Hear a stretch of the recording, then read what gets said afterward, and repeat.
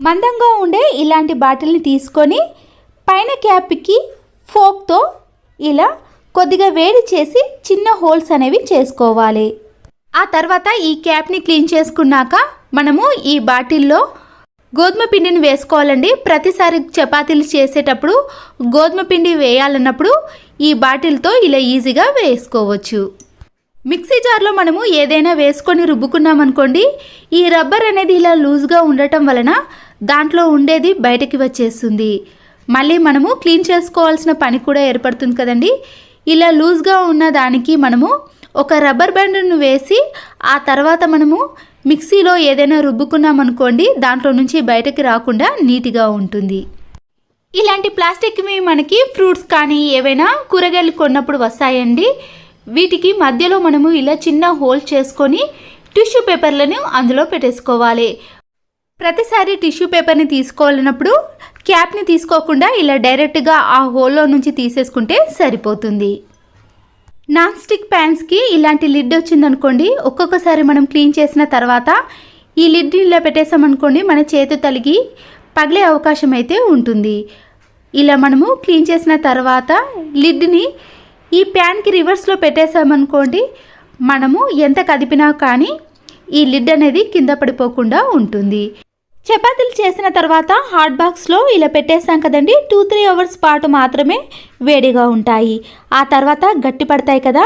మనము ఇలాంటి silver foil పేపర్ని తీసుకొని చపాతీలను దీంట్లో పెట్టేసుకొని ఇలా రోల్గా చుట్టేసినా పర్వాలేదండి. లేదా మనము హాట్ బాక్స్లో ఈ ఫాయిల్ పేపర్ని పెట్టేసి దాంట్లో చపాతీలను పెట్టేసుకున్నాం అనుకోండి, చాలాసేపు వరకు చపాతీలు అనేవి మెత్తగానే ఉంటాయి. లేదా మనము ఎక్కడికైనా బయటకి తీసుకెళ్లాలన్నా కూడా ఇలా ఫాయిల్ పేపర్లో పెట్టి తీసుకెళ్ళండి, చాలా స్మూత్గా మృదువుగా ఉంటాయి. మిక్సీ జార్ను క్లీన్ చేసిన తర్వాత అది ఆరిపోవడానికి చాలా టైం తీసుకుంటుందండి. వెంటనే మనము పొడులు పట్టుకోవాలంటే దాంట్లో పదన అనేది ఉంటుంది. త్వరగా ఆరిపోవాలంటే ఇలా ఒక స్పూన్ని బోర్లించి దానిపైన ఈ మిక్సీ జార్ని అలాగే క్యాప్ని పెట్టేసామనుకోండి, గాలి అనేది త్వరగా వెళ్ళిపోయి అప్పుడు ఈ మిక్సీ జార్ అనేది దాంట్లో ఉండే పదన అనేది పూర్తిగా ఆరిపోతుంది. చపాతీలు చేసుకునేటప్పుడు గోధుమ పిండిని ఇలా ముద్దలాగా తయారు చేసుకుంటాం కదా. తర్వాత దీని నుంచి మనము చిన్న చిన్న బాల్స్ కానీ లేదా పూరీలు చేసేటప్పుడు చిన్న చిన్న బాల్స్ తయారు చేసుకుంటాం కదండి. దానికోసం మనము ఇలా ఒక గ్లాస్ని బోర్లించి దాంట్లో నుంచి కొద్దిగా పిండిని తీసుకొని ఇలా వీడియోలో చూపించిన మాదిరిగా రౌండ్గా తింపేసామనుకోండి, మనకి చిన్న చిన్న బాల్స్ అనేవి ఈజీగా వచ్చేస్తాయి. అప్పుడు మనము చేత్తో కాకుండా ఇలా పిల్లలు చూపించినా కూడా ఈజీ ట్రిక్లో మనము పిల్లలైనా మనమైనా ఇలా బాల్స్ని ఎన్నైనా ఈజీగా చేసుకోవచ్చు. చూసారు కదండి, ఒక గ్లాస్ ఉంటే సరిపోతుంది. మనము ఇలా పిండితో ఏ సైజులో అయినా బాల్స్ని తయారు చేసుకోవచ్చు. ఈ చిన్న సైజు ఆనియన్ని తీసుకొని పైన కింద కొనలు తీసేసిన తర్వాత దానిపై ఉండే పొట్టును కూడా తీసేయాలి. ఇలా పై భాగాన లోతుగా కొద్దిగా కట్ చేసుకోవాలండి. ఇలా నైఫ్తో గట్టిగా అనేసామనుకోండి, కొద్దిగా లోతుగా కట్ అవుతుంది. చూసారు కదండి, ఇలా కట్ చేసిన భాగంలో మనము వేప నూనెను కానీ దీపారాధనకు యూజ్ చేసే ఆయిల్ని ఇందులో కొద్దిగా వేసుకున్నాక వత్తిని వేసి ఇలా వెలిగించుకోవాలి. ఇలా వెలిగించుకున్న దాన్ని మన బెడ్రూమ్లో దోమలు ఎక్కువగా తిరుగుతున్న ప్లేస్లో కానీ నుసి పురుగులు చిన్న చిన్న పురుగులు తిరుగుతుంటాయి కదండి, అలాంటి ప్లేస్లో పెట్టేసామనుకోండి, ఈ ఘాటైన వాసనకు దోమలు కానీ చిన్న చిన్న పురుగులు అనేవి దరిచేరకుండా ఉంటాయి. చిన్న చిన్న నాప్కిన్స్ ఉంటాయి కదండి, మనము బయటకి ఎక్కడికైనా వెళ్ళినప్పుడు ఫంక్షన్స్కి వెళ్ళినప్పుడు ఇలాంటి వాటిని చేతిలో పట్టుకొని తీసుకెళ్తాము, కానీ తర్వాత ఎక్కడనో మర్చిపోతాము. పిల్లలైనా అలాగే చేస్తారు కదండి. అలా పడిపోకుండా ఉండాలంటే ఇలా ఒక పిన్నిస్ని తీసుకొని మన బ్యాంగిల్కి వేసుకోవాలి. ఇలా చేయడం వలన ఇలాంటి నాప్కిన్ అనేది ఎక్కడ పడిపోదండి. మనము మర్చిపోయినా కూడా మన బ్యాంగిల్కే ఇలా జాయింట్ అయి ఉంటుంది. కాబట్టి పిల్లలకి ఎక్కడైనా ఇచ్చినప్పుడు కూడా ఈ టిప్ని ఫాలో అయ్యారనుకోండి, పిల్లలకి కూడా చాలా ఈజీగా ఉంటుంది. చూసారు కదండి, మనకి ఇలా చేతిలో పట్టుకున్నా కూడా ఈ పిన్నిస్ పెట్టినట్టు కూడా అనిపించదు. పిల్లలకు ప్రతిసారి ఇచ్చినప్పుడు ఈ టిప్ని ఫాలో అవ్వండి. ప్లాస్టిక్ వాటికి ఇలాంటి స్టిక్కర్ వస్తాయి కదండి, మనము స్టీల్ వాటికి ఏమైనా స్టిక్కర్స్ వస్తే కొద్దిగా వేడి చేసామనుకోండి, ఆ స్టిక్కర్ అనేది ఈజీగా వచ్చేస్తుంది. ఈ ప్లాస్టిక్ వాటికి పైన ఉన్న స్టిక్కర్ని తీసేయాలంటే కొద్దిగా వంట నూనెను వేసి ఇలా 2-3 టైమ్స్ పాటు బాగా అప్లై చేయాలి. ఇలా చేయడం వలన దానిపై ఉండే స్టిక్కర్ అనేది చాలా ఈజీగా వచ్చేస్తుంది. ఇలా చేయడం వల్ల ఆ స్టిక్కర్ యొక్క మరక కూడా మీకు అసలుకే కనిపించదు. ఇలాంటి హ్యాండ్ బ్యాగ్స్ లో మనము డబ్బులు కానీ ఏవైనా ఇంపార్టెంట్ పెట్టి తీసుకెళ్ళినప్పుడు పిల్లలకు అలాగే ఇచ్చిన సేఫ్టీగా ఉండాలంటే ఇలాంటి జిప్లు ఎవరు తీయకుండా ఉండాలంటే ఇలా లాక్ వేసామనుకోండి, బయటకి తీసుకెళ్ళినప్పుడు సేఫ్టీగా ఉండటమే కాకుండా జిప్స్ ఏవైనా లూజ్గా ఉన్నా కూడా అవి రాకుండా ఇలా చాలా సేఫ్టీగా ఉంటాయి.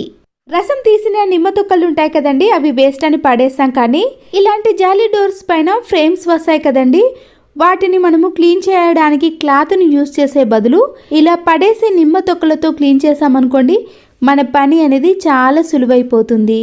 మళ్ళీ క్లాత్ని యూజ్ చేసామనుకోండి, దాన్ని క్లీన్ చేయాల్సిన పని కూడా ఉంటుంది. ఈ నిమ్మ తొక్కలను ఇలా వెడల్పుగా చేసి ఈ జాలీ ఫ్రేమ్ పైన ఇలా ఒకసారి రుద్దేశామనుకోండి, ఎలాంటి మరకలైనా ఈజీగా తొలగిపోతాయి. చూసారు కదండి, పడేసే వాటిని కూడా మనము ఇంట్లోకి క్లీనింగ్ ప్రాసెస్లో చాలా బాగా యూజ్ చేసుకోవచ్చు. ఆ తర్వాత మనము ఏదైనా ఒక పొడి క్లాత్తో క్లీన్ చేసుకున్నారనుకోండి, ఇలా చాలా నీట్గా కనబడతాయి. ఒక పీలర్ని తీసుకొని టిష్యూ పేపర్ని ఇలా 2 మడతలుగా మలుచుకొని ఈ పీలర్ని అందులో పెట్టేసి ఇలా రౌండ్గా చుట్టేసేయండి. కొన భాగం అనేది షార్ప్గా ఉండాలండి. డోర్స్ మధ్యలో కానీ స్లైడింగ్ మధ్యలో ఇలాంటి చిన్న చిన్న గ్యాప్స్ వస్తాయి కదండి, వాటిని మనము చేత్తో క్లీన్ చేయలేకపోతాం. కాబట్టి ఇలా టిష్యూ పేపర్తో మనము ఈజీగా క్లీన్ చేసుకోవచ్చు. ఎలాంటి డస్ట్ అయినా ఈజీగా తొలగిపోతుందండి. ఇలాంటి చిన్న చిన్న ప్లేస్లో క్లీన్ చేయాలంటే ఇలాంటి పీలర్ సహాయంతో క్లీన్ చేసుకోవచ్చు. వెల్లుల్లి పొట్టు మనకి చాలా రకాలుగా యూజ్ అవుతుందండి. ఇలా టిష్యూ పేపర్లో నేను వెల్లుల్లి పొట్టును వేసి ఒక రబ్బర్ బ్యాండ్ని వేసుకోవాలి. ఇలా వెల్లుల్లి పొట్టు అనేది మనము చేతి నొప్పి కానీ కాళ్ళు నొప్పి ఉన్నప్పుడు పెంక పైన కొద్దిగా వేడి చేసి ఇలా కాపుకోవడానికి కూడా యూజ్ అవుతుంది. ఈ చలికాలంలో కానీ వర్షాకాలంలో పిల్లలు పండుకున్నప్పుడు ముక్కు దిబ్బడగా ఉంటుంది కదండి, ఈ వెల్లుల్లి పొట్టును మనము దిండు కింద పెట్టామనుకోండి, శ్వాస అనేది చాలా ఫ్రీగా ఉంటుంది. ఇలాంటి కవర్స్ ని మనము క్లోజ్ చేయాలి కానీ, లేదా ఫంక్షన్స్ కి వెళ్ళినప్పుడు డబ్బులు పెడతాం కదండి, అలాంటి కవర్స్ లో కూడా మనం క్లోజ్ చేయాలన్నప్పుడు అన్నం మెతుకులు ఉంటే సరిపోతుందండి. ఇది గమ్ లాగా చాలా బాగా పనిచేస్తుంది. అన్నం మెతుకులను మెత్తగా చేసి ఇలా కవర్ పైన పెట్టేసి అప్పుడు క్లోజ్ చేసామనుకోండి, ఈ కవర్ అనేది ఓపెన్ కాకుండా ఉంటుంది. వాటిని ఒక బ్యాంగిల్ని తీసుకొని మన ఇంట్లో ఉండే కూలింగ్ గ్లాసెస్ కానీ స్పెట్స్ ఉంటాయి కదండి, ఇలా అన్నిటినీ ఒకే దగ్గర వేసుకొని ఏదైనా మేకుకు వేసామనుకోండి, స్పెట్స్ అనేవి కింద పడకుండా ఉంటాయి.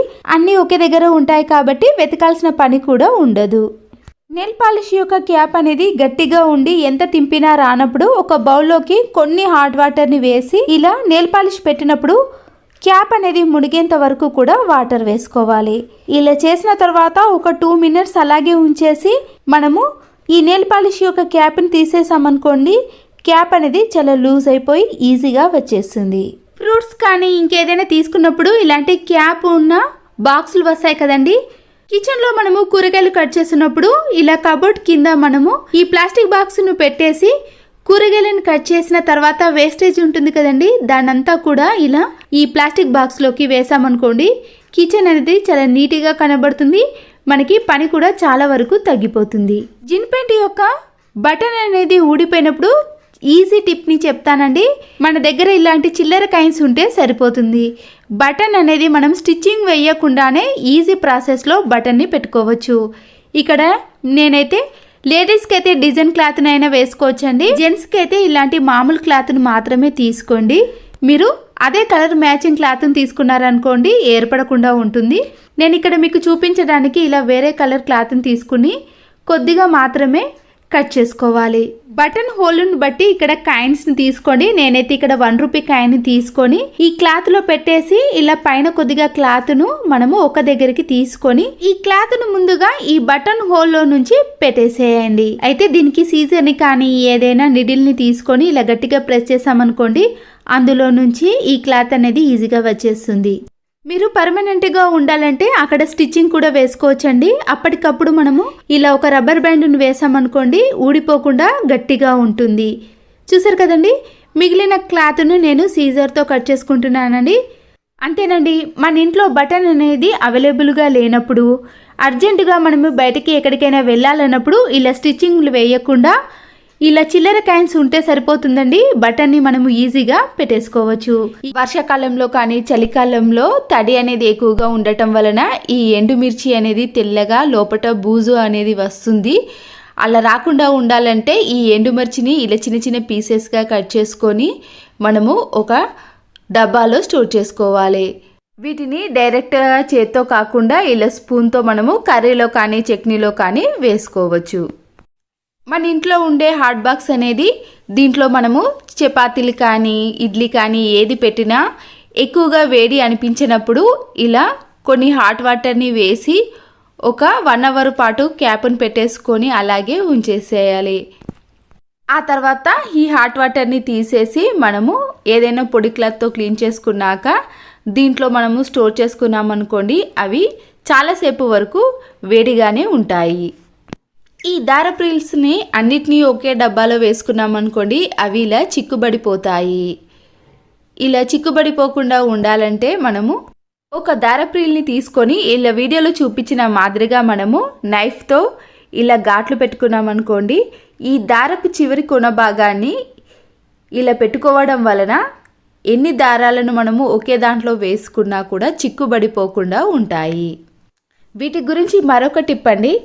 మనము దేవుని గదిలో ఇలాంటి ధూప్ స్టిక్ వెలిగించే దానికి ఇలా వస్తుంది. దానిని మనము వేస్ట్గా పారేయకుండా ఉండాలంటే వీటిలో మనము ఇలా చిక్కుబడిపోకుండా ఉండాలంటే కూడా దారాలను ఒక్కొక్కటి కానీ లేదా 2-3 దారాలను ఇందులో పెట్టుకోవడం వలన అవి నీట్గా ఉంటాయి. మరొక యూస్ఫుల్ టిప్, ఇంట్లో ఉండే ఇలాంటి హారతి కర్పూర బిళ్ళలు అనేవి త్వరగా కరిగిపోకుండా ఉండాలంటే ఇంట్లో ఉండే కొన్ని రైస్ని ఇందులో వేసి మనము మూతను పెట్టుకున్నామనుకోండి, హారతి కర్పూర బిళ్ళలు అనేవి త్వరగా కరిగిపోకుండా చాలా రోజుల పాటు మనము యూస్ చేసుకోవచ్చు. వెల్లుల్లి రెబ్బలపై ఉండే పొట్టును మనము కర్రీలో కానీ చట్నీలో కానీ మిక్సీ పట్టుకోకుండా ఈజీగా వేసుకోవాలంటే అంతేకాదండి, దానిపై ఉండే పొట్టు కూడా మనము ఈజీగా తీసుకోవచ్చు. ఇలా మనము చేతి నొప్పి పట్టకుండా తీయాలంటే ఇలాంటి గ్రేటర్తో డైరెక్ట్గా పొట్టుతోనే మనము ఇలా చేసామనుకోండి, పై ఉండే పొట్టు అనేది ఈజీగా వచ్చేస్తుంది. మళ్ళీ ఈ వెల్లుల్లి రెబ్బలపై ఉండే పొట్టును తీసి మనము మిక్సీలో కానీ రోల్లో కానీ వేసి దంచుకోవడం కంటే ఇలా తక్కువ టైంలో ఈజీ ప్రాసెస్లో మనము చేసుకోవడానికి వీలు ఉంటుంది. బిర్యానీ బాక్సులపై ఉండే క్యాప్ ఉంటుంది కదండి, దానిని ఇలా కొద్దిగా నైఫ్తో వేడి చేసి ఈ చివరి కొన భాగాన్ని ఇలా రౌండ్గా కట్ చేసుకోవాలి. ఇలా కట్ చేసుకున్న పై భాగాన్ని తీసేసి ఈ రౌండ్ దానికి మనము బట్టల క్లిప్పులను అన్నిటినీ కూడా పెట్టుకోవచ్చు. ప్రతిసారి ఈ బట్టల క్లిప్పులను మనము కవర్లో కానీ ప్లాస్టిక్ బాక్స్లో వేసుకొని మనము బట్టలకు పెట్టుకోవడం కంటే ఇలా బిర్యానీ బాక్స్ని కట్ చేసి అన్నిటినీ కూడా మనము ఈ బాక్స్కు పెట్టేసుకున్నామనుకోండి, వీటిని ప్రత్యేకంగా మనము బకెట్లో కానీ బాక్స్ని కానీ తీసుకెళ్ళడం కంటే ఇలా డైరెక్ట్గా మనము హ్యాండ్కి వేసుకొని ఒక చేతిలో బకెట్లో పట్టుకొని వెళ్తే ఈ బట్టల క్లిప్లు అనేవి ఎక్కడ పడిపోతాయో అనే భయం లేకుండా మనము డైరెక్ట్గానే తీసుకెళ్ళవచ్చు. మళ్ళీ బట్టలకు పెట్టేసిన తర్వాత ఈ క్లిప్పులన్నిటినీ కూడా దీనికి పెట్టుకుంటే నీట్గా ఉంటాయి. నిడిల్లో దారాన్ని ఎక్కించాలంటే ఈజీగానే ఎక్కిస్తాం, కానీ ఇలా 4-5 వరుసలు ఎక్కించాలంటే చాలా ఇబ్బందిగా అనిపిస్తుంది. చూసారు కదండి, ఇలాంటి సిల్క్ దారాన్ని మనము ఎన్ని వరుసలైనా అవలీలగా ఎక్కించవచ్చు. ఇలా సిల్క్ దారాన్ని 4-5 వరుసలైనా సరేనండి ఈజీగా ఎక్కించాలి అంటే ఈ టిప్ అయితే ఫాలో అవ్వండి. ముందుగా ఒక నిడిల్ని తీసుకొని వేరే దారాన్ని ఇలా 2 వరుసలుగా మలుచుకొని ఎక్కించాలి. ఆ తర్వాత మనము ఈ సిల్క్ దారాన్ని ఈ దారంలో ఇలా పెట్టుకున్నాక ముందుగానే ఎక్కించుకున్న ఈ బ్లాక్ దారాన్ని ఇలా నిడిల్ నుంచి కొద్దిగా లాగామనుకోండి, దాంట్లో నుంచి ఈ సిల్క్ దారం అనేది ఎన్ని వరుసలైనా ఈజీగా వచ్చేస్తుంది. చూసారు కదండి, చాలా తక్కువ టైంలో ఎన్నిసార్లైనా మనము అవలీలగా నిడిల్లో దారాన్ని ఎక్కించవచ్చు. ఇలా మొత్తం దారాన్ని కలిపితే 10 వరుసల దాకా దారం అనేది ఉంటుంది. చూసారు కదండి, ఇలాంటి వాటితో మనము ఎంబ్రాయిడింగ్ వర్క్ కానీ మగ్గం వర్క్ కానీ ఎలాంటి వాటినైనా స్టిచ్చింగ్ చేసుకోవచ్చు. సింగిల్ దారాన్ని సెకండ్లో ఎక్కించాలంటే ఇలా పేపర్ సహాయంతో కూడా ఎక్కించవచ్చు. ముందుగా వేస్ట్గా ఉన్న ఒక పేపర్ని తీసుకొని ఆ పేపర్ని ఫోల్డ్ చేసిన దానిలో దారాన్ని పెట్టేసేయాలి. ఎక్స్ట్రా అయిన ఈ కాగితాన్ని వీడియోలో చూపించిన మాదిరిగా కట్ చేసుకున్నాక పైన కూడా ఇలా క్రాస్లో కట్ చేసుకోవాలి. ఇలా కట్ చేసుకున్న ఈ దారపు కొన అనేది ఈ పేపర్ చివరి అంచుల వెంబడి ఉండాలి. ఇప్పుడు ఈ నిడిల్లోకి మనము దారాన్ని ఈజీగా ఎక్కించవచ్చు. పేపర్ చివరి అంచును ఇలా గట్టిగా ప్రెస్ చేసామనుకోండి, అందులో నుంచి దారం అనేది ఈ నిడిల్లోకి వచ్చేస్తుంది. అంతేనండి. ఇలా సింగిల్ దారాన్ని ఎక్కించాలన్నా 4-5 వరుసల దారాన్ని ఎక్కించాలన్నా ఇలా తక్కువ టైంలో ఈజీ ప్రాసెస్లో దారాన్ని ఎక్కించవచ్చు. వాషింగ్ మిషన్లో బట్టలు వేసేటప్పుడు ఈ చిన్న టిప్పు ఫాలో అయ్యారనుకోండి, బట్టల యొక్క మురికి పోవటమే కాకుండా ఐరన్ కూడా చేయాల్సిన అవసరం ఉండదు. ముందుగా మనము వాషింగ్ మిషన్లో ఇలా అన్ని రకాల బట్టలను వేస్తాం. శారీసు, యూనిఫామ్స్, తెల్ల బట్టలను, జీన్ ప్యాంట్, షర్ట్స్ని కూడా వేస్తాం కదండి. కొత్త బట్టలు కానీ కలర్ పోయే బట్టలు వేసేటప్పుడు మాత్రం వాటిని రివర్స్లో తీసి వేయండి. అప్పుడు కలర్ అనేవి వేరే క్లాత్లకు అంటుకోకుండా ఉంటాయి. చూసారు కదండి ఇక్కడ సిల్క్ క్లాతులు కానీ కాటన్ క్లాతులు కానీ ఎలాంటి క్లాతులైనా సరేనండి, అన్ని బట్టలను కూడా ఇలా ఒకేసారి వాషింగ్ మిషన్లో వేసుకుంటున్నాను.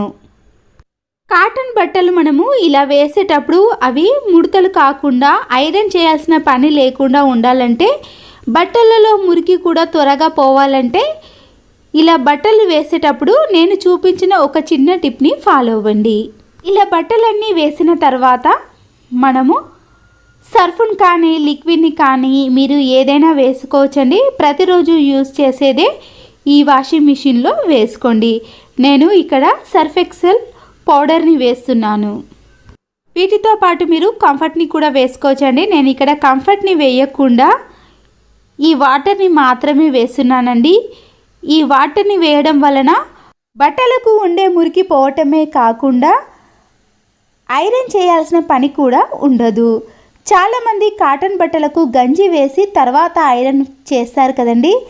అలాంటి పని ఏది లేకుండా మనము ఇలా బియ్యం వాటర్ని వేసామనుకోండి, చాలా పనులు అనేవి సులువుగా అయిపోతాయి. ఐరన్ చేయాల్సిన పని ఉండదు, గంజి వేయాల్సిన పని ఉండదు, బట్టల యొక్క మురికి కూడా చాలా ఈజీగా తొలగిపోతుంది.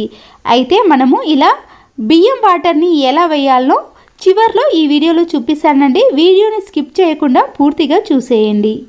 వాషింగ్ మిషన్ డోర్ని పెట్టేసి వాటర్ని ఆన్ చేసి ఇలా స్టార్ట్ చేసుకోండి. ఇది టాప్ లోడ్ కాబట్టి ఇక్కడ 53 మినిట్స్ పాటు వాష్ చేస్తుందండి. నేను ప్రతిరోజు ఎలా డైలీ వాష్లో పెట్టుకున్నానో అదే మాదిరిగా ఇక్కడ స్టార్ట్ చేస్తున్నాను. బట్టలు అనేవి పూర్తిగా కంప్లీట్ అయిన తర్వాత మీకు చూపిస్తున్నాను చూడండి. మనము ఇలా అన్ని రకాల బట్టలను కూడా వేసాం కదండి. ఏ బట్టలైనా కూడా మురికిపోవటమే కాకుండా గంజి అవసరం లేకుండా ఇలా నీట్గానే ఉంటాయి. నేను కాటన్ డ్రెస్లను కూడా వేసాను కదండి. చూసారు కదండి, ఎక్కువ ముడతలు కాకుండా గంజి కూడా అవసరం లేకుండా ఇలా నీట్గా ఉంటాయి. చాలామంది కాటన్ బట్టలకు గంజి పెట్టి ఐరన్ చేశారు. మనము గంజి అవసరం లేకుండా ఇలా బట్టలను డైరెక్ట్గా వాషింగ్ మిషన్లో వేస్తే సరిపోతుంది. పాతకాలంలో అయితే ఇలాంటి గంజి పౌడర్ అసలుకే లేదండి. బియ్యం వాటర్ తోటే గంజి పెట్టుకునే వాళ్ళు. ఇలా మనము శారీస్ కానీ ఎలాంటి క్లాతులైనా సరేనండి, ఇలా బియ్యం వాటర్ వేసామనుకోండి బట్టలు అనేవి చాలా నీట్గా కనిపిస్తాయి. తెల్ల బట్టలు కూడా దాంట్లో ఉండే మురికి కూడా ఈజీగానే తొలగిపోతుంది. పిల్లల యూనిఫామ్స్ ఉంటాయి కదండి, ఆ స్కూల్ యూనిఫామ్స్ని కూడా మనము ఇలా డైరెక్ట్గా వాషింగ్ మిషన్లో వేసే సరిపోతుంది. ప్రత్యేకంగా వీటిని మనము చేత్తో ఉతకాల్సిన పని ఉండదు. అయితే మనము ఈ బియ్యం వాటర్ని ఎలా ప్రిపేర్ చేసుకోవాలో చూడండి. ఇక్కడ మీరు రేషన్ బియ్యం కానీ ఇలాంటి మామూలు రైస్ ఏదైనా పర్వాలేదండి. డైరెక్ట్గా వీటిని తీసుకొని మిక్సీ జార్లో అయినా వేసుకోవచ్చు, లేదా ఈ రైస్ని కొద్దిసేపు నానబెట్టిన తర్వాత మిక్సీలో వేసుకున్నా సరిపోతుంది. కొన్ని వాటర్ని యాడ్ చేసి మెత్తని పేస్ట్ లాగా మిక్సీ పట్టుకోవాలి. చూసారు కదండి, ఇలా రైస్ అనేది ఇలా వాటర్ లాగా అయిన తర్వాత మనము డైరెక్ట్గా ఒక గ్లాస్లోకి కానీ లేదా మీరు అడుగున ఏవైనా చిన్న చిన్న బియ్యపు రవ్వలు ఉన్నాయి అనిపిస్తే మీరు జాలి ద్వారా కూడా ఈ వాటర్ని సపరేట్ చేసుకోవచ్చు. ఇలా వాషింగ్ మిషన్లో బట్టలు వేసిన తర్వాత సర్ఫ్లోనే డైరెక్ట్గా ఈ వాటర్ని వేసామనుకోండి, బట్టలలో యొక్క మురికి పోవటమే కాకుండా గంజి కానీ ఐరన్ కానీ ఎలాంటిది అవసరం ఉండదు. ఈ వీడియో మీకు నచ్చినట్లయితే లైక్ చేసి మీ ఫ్రెండ్స్కి కానీ రిలేటివ్స్కి షేర్ చేయండి. మరో వీడియోతో మళ్ళీ కలుద్దాం. Thanks for watching.